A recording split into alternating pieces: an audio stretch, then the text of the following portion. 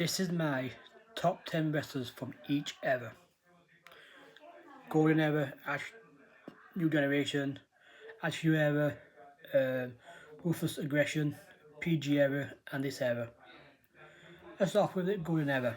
Number 1 is the Macho Man Randy Savage.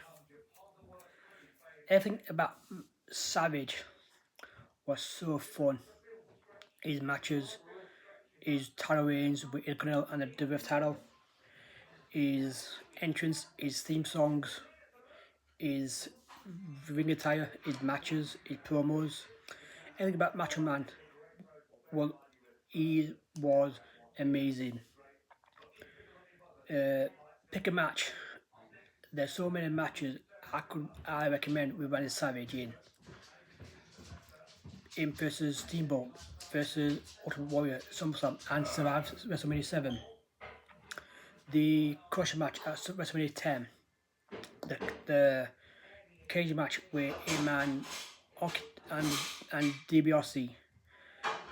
The WrestleMania 5 match with Hogan. The WrestleMania 4 final with him and DiBiase.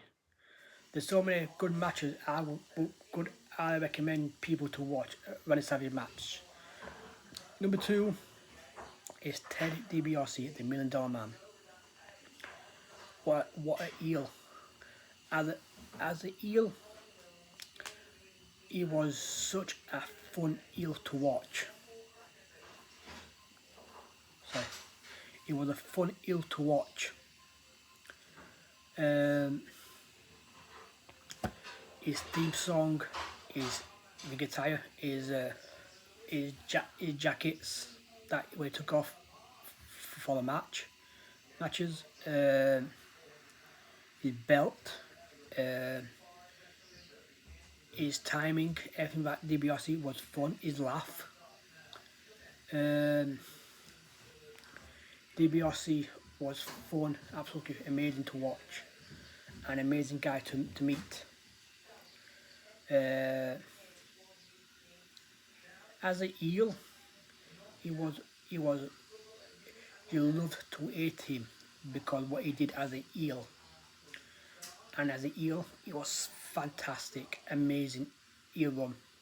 Don't know about babyface run, but as a heel, it was so fun, so enjoyable, and that's why he's my number 2. Number 3, the Big Boss Man.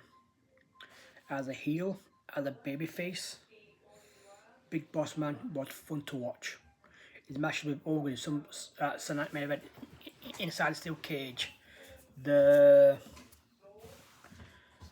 one against the Mountie in the jailhouse match, SummerSlam, the one against Mr. Perfect at WrestleMania 7 in the Intercontinental, is crazy match with Al Snow in a dog pen match or kennel match. Is ill one with a cooperation with Vince Shamrock as tag champion with Shamrock. Is ill one in end of '98 until he left the WWE in '99, 2000. It was really fun, really amazing. Bossman is ill themed. He's babyface themed all time. Brilliant. He had, for his size, the Big Boss Man could put on a good match with Perfect, with Hogan, with The Rock, Austin, to name a few. And Big Boss Man, rightfully so, in Hall of Fame, deserves it. And the big and when he came out to the ring, he had his nice stick, his handcuffs, and you knew it was on. Number 4 is the mighty Earthquake. Earthquake was enjoyable to watch on TV. The feud we had with Hulk Hogan took him out in after WrestleMania 6. Took him out. And I think what should have happened with Earthquake, Hulk Hogan should have returned until the Royal Rumble '91. I think Earthquake should have had a heel run with the Ultimate Warrior as the WWF champion. I think Earthquake should have beaten Ultimate Warrior for the belt, thanks to the interference of Dino Bravo or the Macho Man. And I think he should have pinned Ultimate Warrior and have Earthquake versus the return of Hulk Hogan at WrestleMania 7 instead of Slaughter and Hulk Hogan. And God, if you think about it, Hulk Hogan never beat Earthquake clean. And what time to meet, at DQ or count out. So I think Earthquake and Hulk Hogan at WrestleMania 7 would have been a better match than the Slaughter Hogan match. And let Hogan pin Earthquake clean. Slam, then offload, leg drop, 1, 2, 3. We got a new champion. Get revenge for taking him out. Number 5, the perfect one, Mr. Perfect Koenig. Everything about Mr. Perfect was fun. His theme song, his gimmick, his long range and Intercontinental champion, in my opinion, the greatest Intercontinental champion of all time. In my honest opinion, should have owed the big belt. Mr. Perfect, when he came out to the ring, had his with Bobby Heenan, the Genius, or the Coach. You knew he would have a great match with Bret, Bossman, Bulldog, Shawn when he turned babyface, Ric Flair when he turned babyface on the Raw episode, Lex Luger in the WrestleMania 9. Mr. Perfect could have won the Royal Rumble in 1990 and in 1993. I think he should have won both Rumbles. Number 6 is Erwin Shyster, Mike Redondo. Even though he didn't have no theme song, but Erwin Shyster could work with Boss Man, with The Undertaker, Royal Rumble 95, with Bret, with Savage, with him and DiBiase has a decent work with DiBiase when they take on like the Nasties, LOD, Steiners, the Natural Disasters, and I think I hope I'm praying that these Erwin Shyster and DiBiase as a tag team get in the Hall of Fame one day. DiBiase as singles, yes, he's already in, and Mike Redondo is with Barry Windham, but I think either Erwin Shyster and DiBiase, I think they deserve it to be in together. I think so. Number 7 is the model, Rick Martel. Arrogance, his heel run from 1989 until he left to be 94, 95. Amazing, absolutely amazing. What more can I say about the model? He needs to be in the Hall of Fame. Hopefully, one day or next year, he'll be in the Hall of Fame. But highly likely, but we'll wait and see.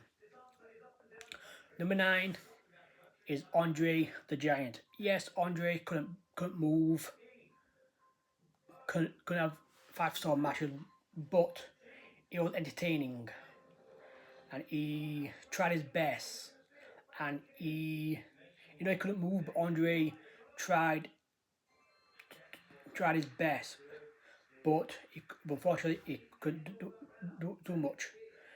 But Andre is larger than life. If it wasn't for Andre, we would not have the Hall of Fame.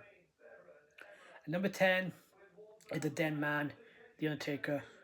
The gimmick, that era, the grey gloves, grey hat, grey tie, the jacket with the grey pockets, come by Paul Bearer. He was scared the living daylights out of everyone in the arena and myself when he used to watch my video. The Undertaker was scary when he used to get people by the face or the choke slam, or the eye roll back. As soon as he walked into the arena, and his theme song came on, that was it. I was done. I was in the, I was, I was behind the settee hiding until he was off, until he left.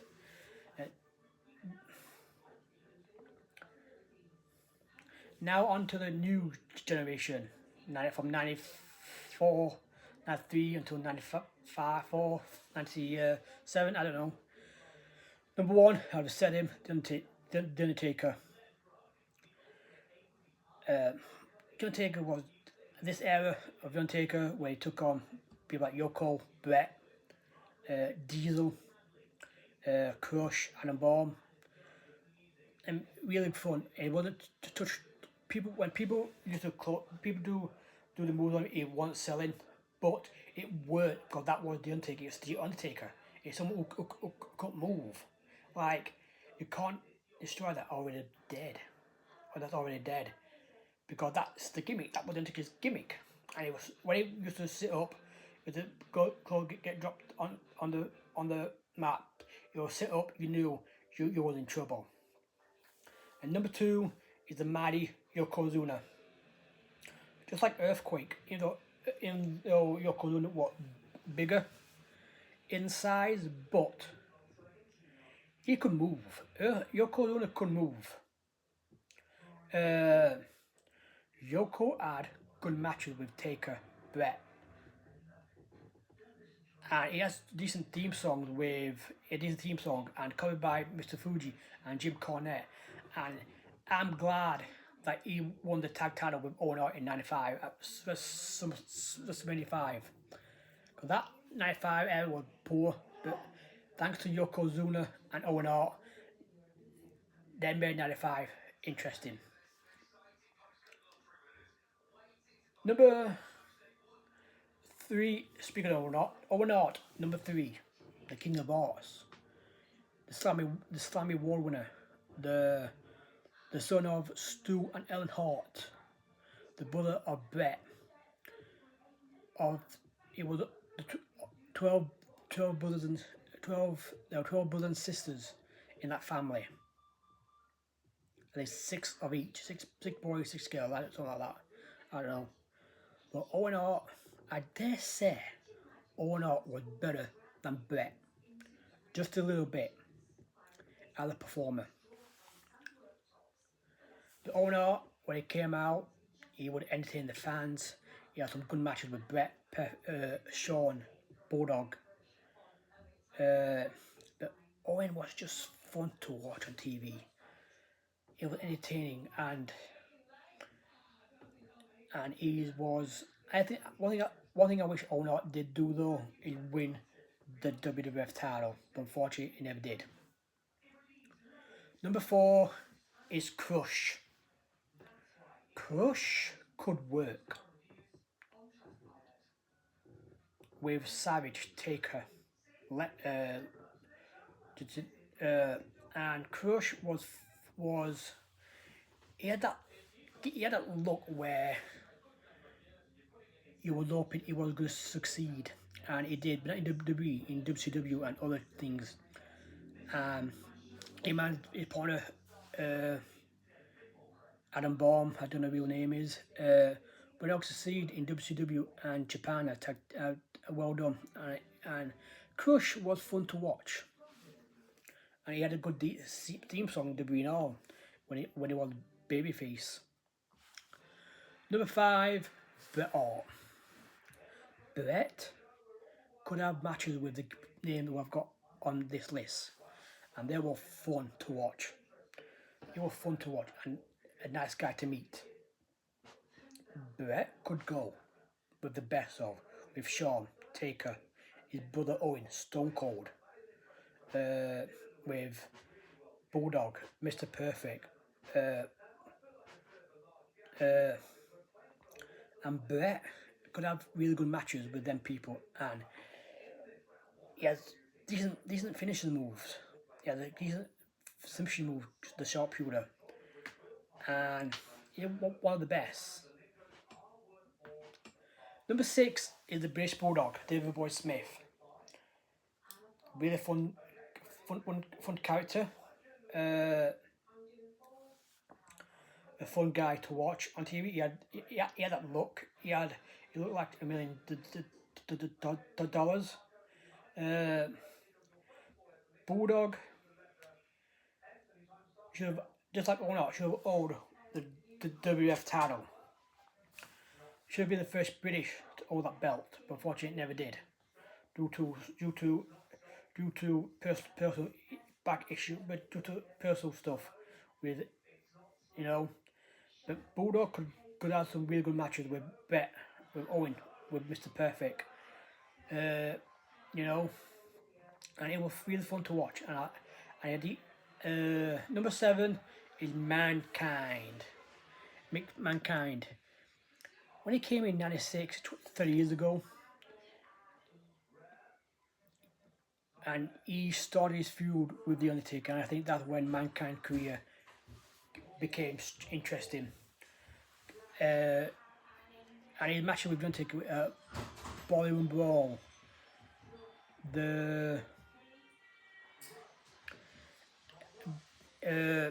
one match at the King of the Ring, the Crazy LNSR match with Taker, the Bevard match with Taker, the Survivor Series match with The Undertaker.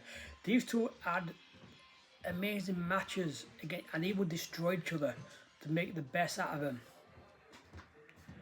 And Mankind, one of the best. Number 8, Goldust.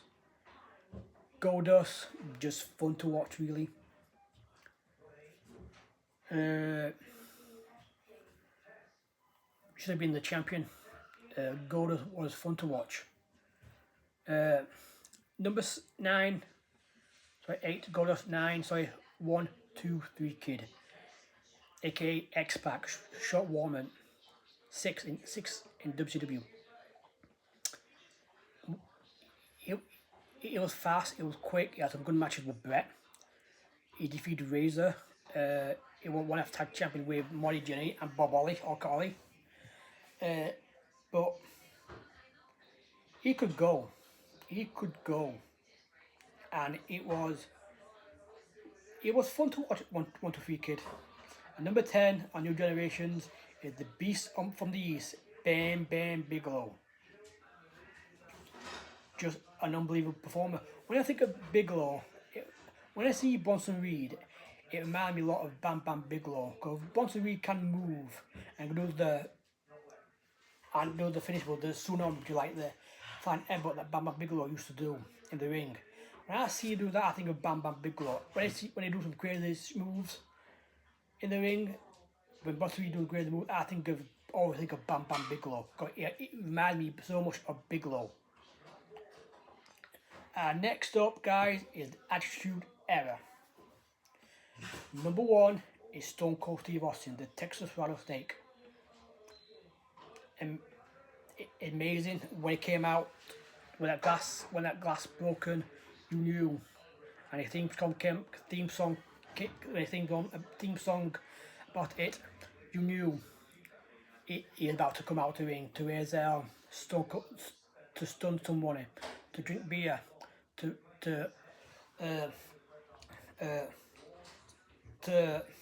give the middle finger to whoever was in the ring, to cut a promo to whoever was in the ring or backstage or feuding with. His feud and matched with likes of Vince, with the Rocky, Taker, Kane, Foley. His famous promo 30 years ago with the King at the King of '96, Austin 316. When that happened, you knew Austin was born in WWE.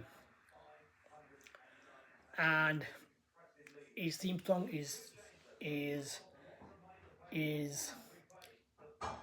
Smoking Skull Belt, beautiful Smoking Skull Belt. His reign as Dana Card Tower Champion and the WWF Champion. And I think about it, he was the last person to hold this version of the WWF title.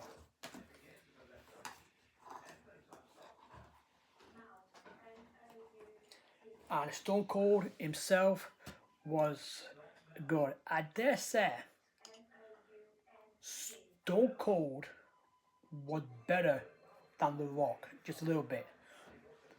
And number two, folks, again, number two, folks, The Rock. Just like Austin, amazing. And also, he was the last guy to own this version of the Intercontinental. So, two big stars was the last two big stars in the Attitude Era was the last two to own. Stone Cold was the last person to own the win this version of the WWF title, and The Rock was the last person to hold this version of the Intercontinental title. Sorry, The Rock was the last person to hold this title, and Stone Cold was the last person to hold the Ring of Honor title. As soon as that, if you smell what Rock is cooking, you knew it was loud, it was crazy. His promos on the pair were facing that night, or feuding with Triple H, Stone Cold, Taker, Mick, Cena, you know, and his catchphrases was so fun.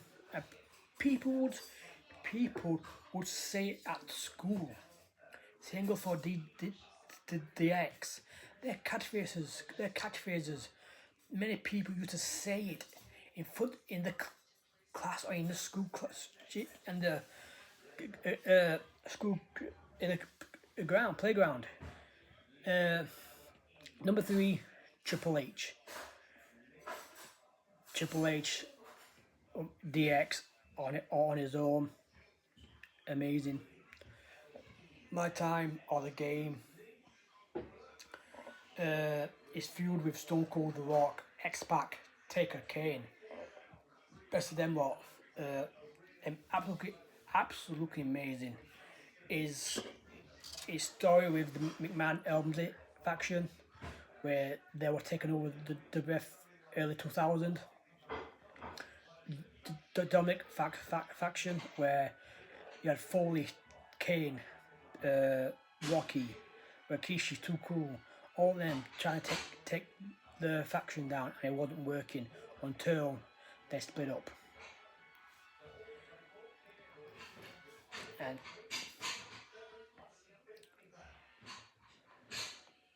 number four, is X to the P to the A to C, X-Pac, Short Woman, 1, 2, 3 Kid, whatever you want to call him. Amazing guy. His matches was fun.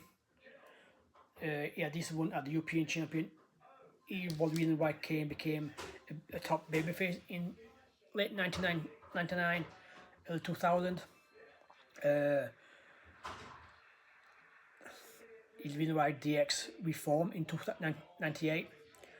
And his matches with Owen at Judgment Day and at King Green 98 was fun to watch. Both them matches, I think it was King Green 98 and Judgment Day 98, I'm not too sure. But fun to watch, really fun.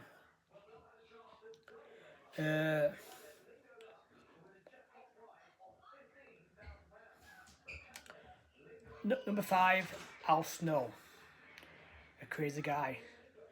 Crazy match when he used to have all matches with Oscar Ollie in the when they end up in the Mississippi River on the St. Valentine Massacre. A few weeks before that, get Road Dogg when they end up outside in the snow. Where Road Dogg pinned him in the snow. A crazy guy, but he was over with the fans. Number 7 is the Big Remy. Number 6, D'Lo Brown. You better recognise him. When Nation got split up, he became a decent, successful career. And I think D'Lo was underrated, and he had a decent frog splash, a good frog splash. Do I think he better Eddie Guerrero's? No, but he could hit that. Really fun, really well done. Number 7 is the Big Red Machine Kane, a monster heel. Shouldn't have turned babyface until 99. Like Kane, when he came out, you knew he was in trouble. When that lights came out, it all red and power was about it, you knew he was in trouble. When he used to walk slow, and you better run. Number 8, sorry. Again, the Den Man, didn't take a but. This gimmick was underrated. 96 to 98 Undertaker gimmick was underrated. Same goes for a Lord of Darkness gimmick. Them all gimmicks of Undertaker were underrated. And the Lord of Darkness one when he had the ministry was fun, scary, and it overall was fun, it was scary, sometimes too much, sometimes took it too far, but it was money. And the Undertaker, he bought the best out. Farouk, Bradshaw, Edge, Christian, Mideon, Viscera, the better Edge, Christian, and Bradshaw could look at their careers. Look at their career when they left the ministry. Multiple W champions, world champions, Intercontinental champions. You know, that's what. Number 9 is the world's most dangerous man, Ken Shamrock. It was a machine. It was crazy, but it was really fun to watch Ken Shamrock. And number 10 is the most underrated in Attitude Era, Test. They should have done a lot more with Test. He had some decent matches with Shane and Undertaker and all them, but he should have done more with Test, I think.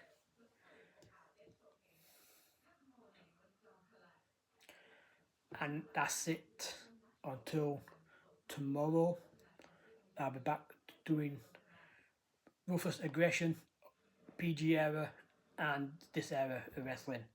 That's my 3 eras. So I've done three today. Tomorrow I'm going to do 3 more. So until then, have a good afternoon, or good evening, wherever you are.